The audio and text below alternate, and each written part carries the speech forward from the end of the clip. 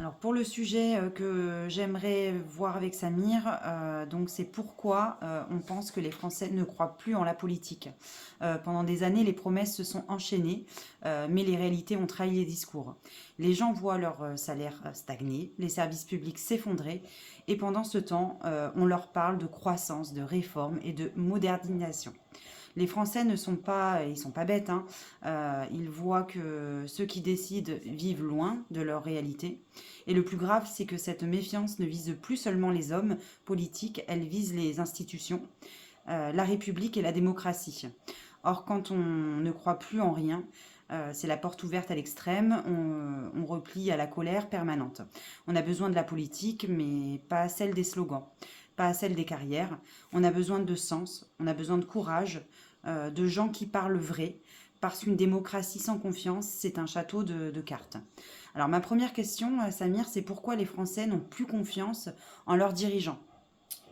Bah déjà parce que au-delà des trahisons multiples qu'on a eues au cours des, je dirais, au moins 50 dernières années, les politiques ne pensent uniquement qu'à leur carrière, ne sont pas capables de s'appliquer toutes les restrictions qu'ils nous demandent à nous. Euh, Ils sont interchangeables, nous répètent à chaque fois les mêmes choses, ne nous respectent pas. Voilà, je pense que le politique, qui est normalement, faut-il le rappeler, doit travailler pour nous, on a l'impression qu'aujourd'hui c'est l'inverse. On a l'impression qu'on est à leur service, alors qu'ils sont quand même payés avec l'argent public et l'argent des Français. Donc tout ça nous amène à une démobilisation. Et je pense que vous avez très, très bien fait de le préciser. Tout cela pousse vers les extrêmes.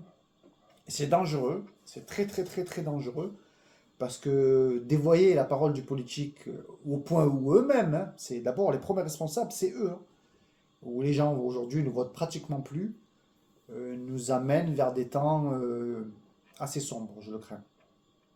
Et tu crois encore, toi, en la politique?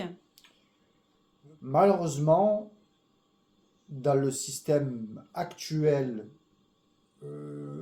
qui est mis en place en France, non, non. J'ai pas une confiance ni une croyance aux hommes politiques d'aujourd'hui parce que les institutions sont faites de telle façon à ce qui, malheureusement, il n'y a pas de place pour l'espoir. Alors, je rebondis sur ta phrase que tu as dit tout à l'heure, que les gens ne votent plus, les Français ne votent plus. Ben, c'est grave qu'autant de Français ne votent plus. Qu'est-ce que tu en penses du coup? Effectivement, c'est ce que j'expliquais, c'est le début de la fin.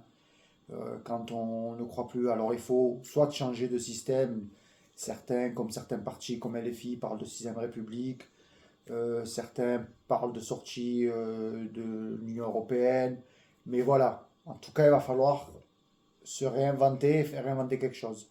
Parce que si on ne croit plus à la politique, si c'est ce qui quand même qui fait vivre les sociétés, la société française risque de s'écrouler.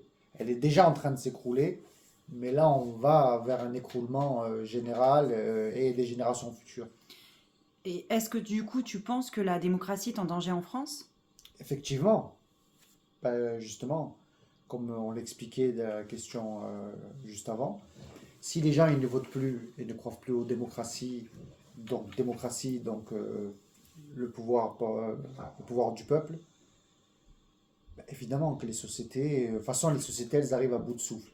Les systèmes politiques sont complètement obsolètes, ils sont coupés du public, couplés des réalités que les gens qui votent vivent. Ils sont coupés du monde, et puis même les sociétés ont besoin de projets. Et les gens ont besoin de croire. Au-delà de la politique, on a besoin d'avoir un horizon pour avancer. Or, aujourd'hui, les sociétés ne proposent plus rien, si ce n'est être un consommateur.